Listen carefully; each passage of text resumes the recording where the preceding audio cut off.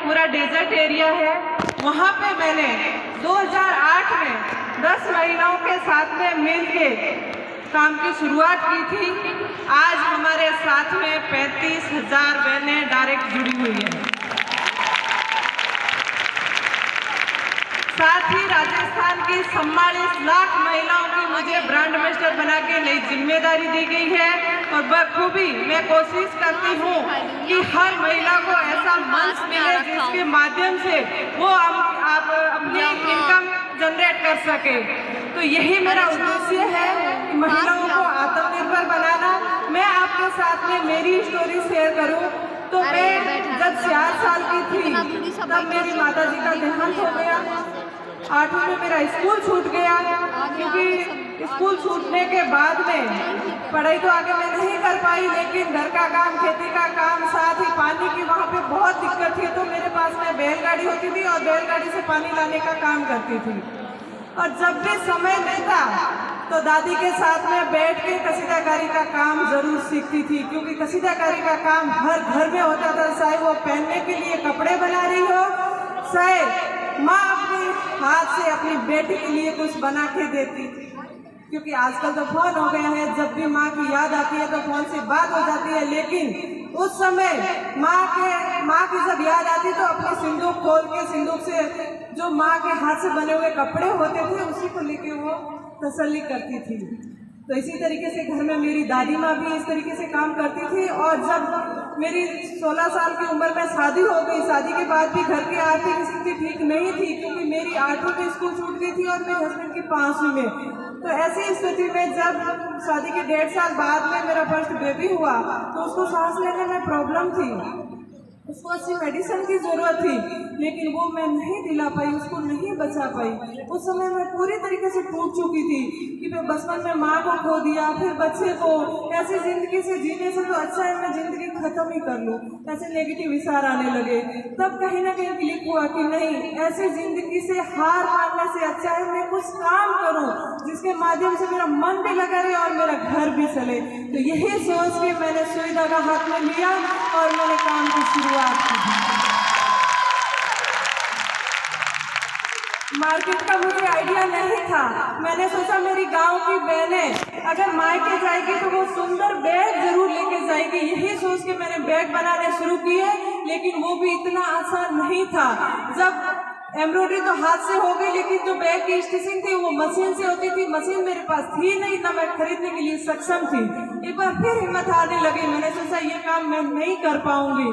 तब मेरे दिमाग में क्लिक हुआ कि नहीं, मेरी तरह और भी बहनें हैं जो ऐसी परिस्थितियों में आगे जूझ रही है, वो भी नहीं बता रही है, लेकिन मैं उनसे बात करके देखती हूँ। तो फिर मैंने मेरी अड़ोस पड़ोस की बहनों से बात की और हमने 10 महिलाओं ने मिलकर एक सेल्फ हेल्प ग्रुप बनाया और 100 रुपए इकट्ठा करके एक सेकेंड हैंड मशीन खरीदी और वहां से हमने काम की शुरुआत की। जब मैं काम करती होती तो मेरे पास में और भी मैंने आके बोलती कि आपके पास काम है, हमें भी काम करना है। तो मैं ये परवाह नहीं करती कि मेरे पास पीछे काम नहीं है, जो भी मेरे पास होता मैं उन बहनों को दे देती। और उसके बाद में मुझे लगा कि हमारी बहनों के लिए हमें किस तरीके से काम करना है। तो किसी ने बोला कि आप एग्जीबिशन के माध्यम से आप ये कार्य कर सकते हैं, लेकिन मैंने कहा एग्जीबिशन होता कहाँ है, बाड़मेर में तो कोई खरीदेगा नहीं। तब किसी ने बताया नहीं कि मेट्रो सिटीज में बड़े बड़े हैंडीक्राफ्ट्स के एग्जीबिशन लगते हैं, वहां जाके आप अपना एक प्रोडक्ट सेल करिए। मैंने कहा बाड़मेर डिस्ट्रिक्ट हेडक्वार्टर तक तो हम कभी गए नहीं, और दिल्ली बॉम्बे ऐसी जगह पे हमें पहली बात तो घर वाले भेजेंगे नहीं, उसके बाद हमें तो सिर्फ मारवाड़ी आती है, हिंदी भी नहीं आती है, हम वहां कैसे जाएंगे। मैंने कहा ये तो पॉसिबल नहीं है, लेकिन कहीं ना कहीं लगा कि नहीं मुझे ये ट्राई तो करनी चाहिए। तो 2010 में फर्स्ट एग्जीबिशन करने का मुझे मौका मिला था दिल्ली में रफी मारे कॉन्स्टिट्यूशन क्लब में।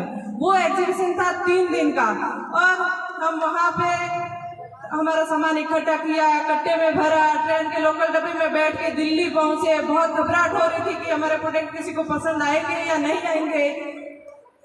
तो वो आप मानोगे नहीं, जो 3 दिन का एग्जीबिशन था उसमें ज़्यादातर हमारी कस्टमर थी वो महिलाएं थी, और वो देख के समझ गई कि ये गांव से आई है, घबरा रही है। तो बड़े प्यार से बात किया कि बेटा आपने इतना सुंदर प्रोडक्ट हाथ से बनाया या मशीन से? तो मैंने कहा नहीं, ये हमारा हाथ का काम है। और उन 3 दिनों में हमारी 10 से 15 हज़ार रुपये की सेल हुई, लेकिन वहाँ से हमें हिम्मत मिली कि अब हम पीछे मुड़ के नहीं देखेंगे, हमें आगे के लिए तैयारी करनी है। और वापस जाके गांव ढाणी जाके महिलाओं को काम के प्रति मोटिवेट करना शुरू किया, क्योंकि वहाँ पे एक घर से दूसरे घर जाना भी इतना आसान नहीं था।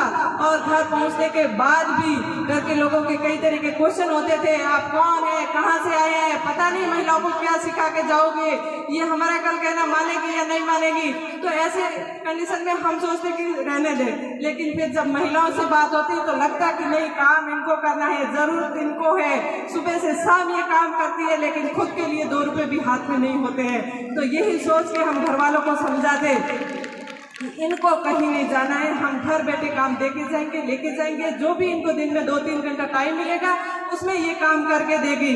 तो इसी सोच के साथ में हमने जो नेक्स्ट एग्जीबिशन किया था उसमें फिर 10-15 हज़ार रुपये की सेल नहीं की थी, पूरी 11 लाख की सेल। उसके बाद में हमने ठान लिया कि अब हमें इसमें नवाचार करना है। तब तक हम सिर्फ होम फर्निशिंग के आइटम बना रहे थे। उसके बाद में हमने सोचा क्यों ना गारमेंट्स बनाए जिसमें ज़्यादा लोग खरीदेंगे। तो यही सोच के हमने अलग अलग जगह से फैब्रिक सोर्स करना शुरू किया, और फिर साड़ी कुर्ते दुपट्टे ये बनाने शुरू किए। उसके बाद भी इतना आसान नहीं है कि ये प्रोडक्ट सेल कहाँ करेंगे। फिर किसी ने बोला कि आप फैशन शो करिए। मैंने कहा फैशन शो हम क्यों करें, फैशन शो करना है, छोटे कपड़े पहनना है, ये फैशन शो होता है, यही सोच थी हमारी। तब किसी ने बोला कि नहीं, आप हेरिटेज फैशन शो कर सकते हैं। तो उस समय राजस्थान हेरिटेज वीक हो रहा था, और वहाँ पे मुझे फर्स्ट एग्जीबिशन करने का मौका मिला।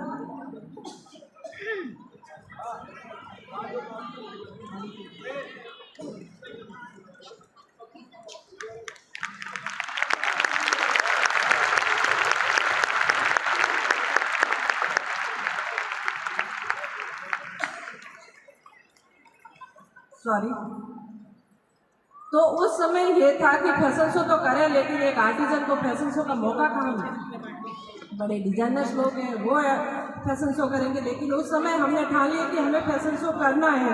राजस्थान में जयपुर में राजस्थान हेरिटेज वीक हो रहा था, और वहाँ जाके हमने रिक्वेस्ट किया कि हमें फैशन शो करना है। तो उन्होंने भी यही बोला कि आप आर्टिजन हो, आप कैसे फैशन शो कर पाओगे।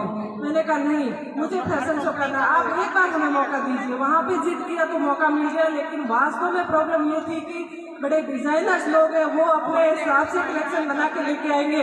हमारा कैसा कलेक्शन मिलेगा, क्या कॉस्ट्यूम डिजाइन रहेगा, क्या कलर थीम रहेगी, यही सोचती। तो फिर हमने सोचा कि हमारे बड़े एनजीओ से हेल्प मांगते हैं, वो हमारी हेल्प करेंगे।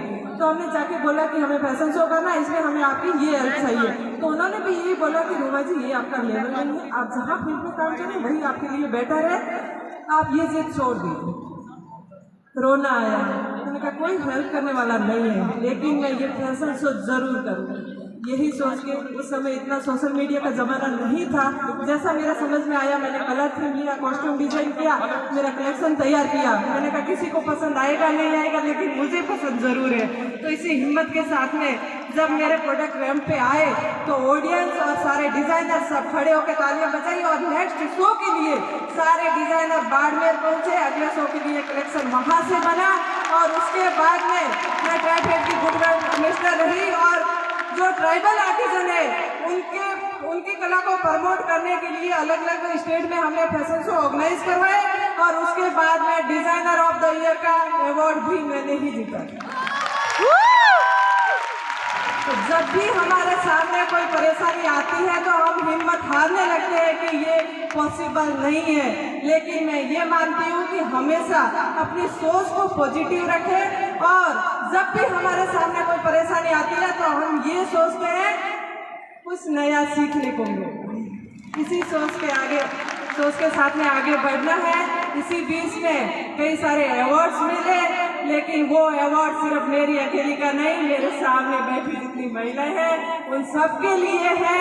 आप भी इस तरीके से मेहनत करिए।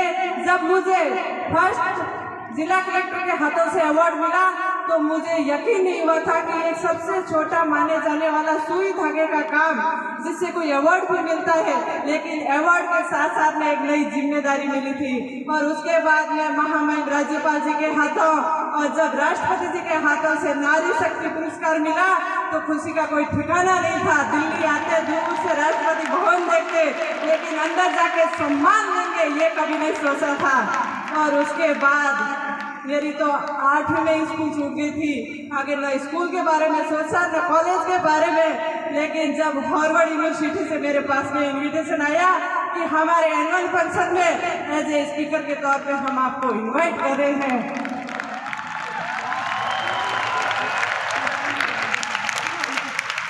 हार्वर्ड जाने का मौका मिला। वापस आई तो पीएचडी की मानद उपाधि मिल गई। और जब केबीसी से कॉल आया कि हम सोनी चैनल से बोल रहे हैं और आपको इनवाइट कर रहे हैं, मैंने कहा जरूर फेक कॉल होगा क्योंकि मैं तो इतनी पढ़ी लिखी नहीं हूँ, वहाँ पे तो क्वेश्चन आंसर होते हैं, मुझे वहाँ क्यों बुलाएंगे। तब उनका नेक्स्ट डे और कॉल आया कि नहीं, हम सोनी चैनल से ही बोल रहे हैं और हमारा जो फ्राइडे को स्पेशल शो होता है उसमें हम करमवीर अवार्ड से भी नवाजते हैं और उसके लिए हम आपको इनवाइट कर रहे हैं। तो फिर उनकी टीम पहुंची, 5 दिन बाद में शूटिंग चली और फाइनली अमिताभ बच्चन जी के साथ में 5 घंटे बिताने का मौका मिला। तो ये सारी उपलब्धियां मैं मेरी नहीं मानती, मेरे देश की बहनों के लिए और उनका साथ, इसीलिए हम ये उपलब्ध कर पाए। और साथ ही मैं हमेशा महिलाओं को ये कहूँगी कि कहीं ना कहीं महिलाएं ये सोचती है कि महिलाओं को आगे बढ़ने से महिलाएं ही रोकती है, लेकिन ऐसा बिल्कुल नहीं है।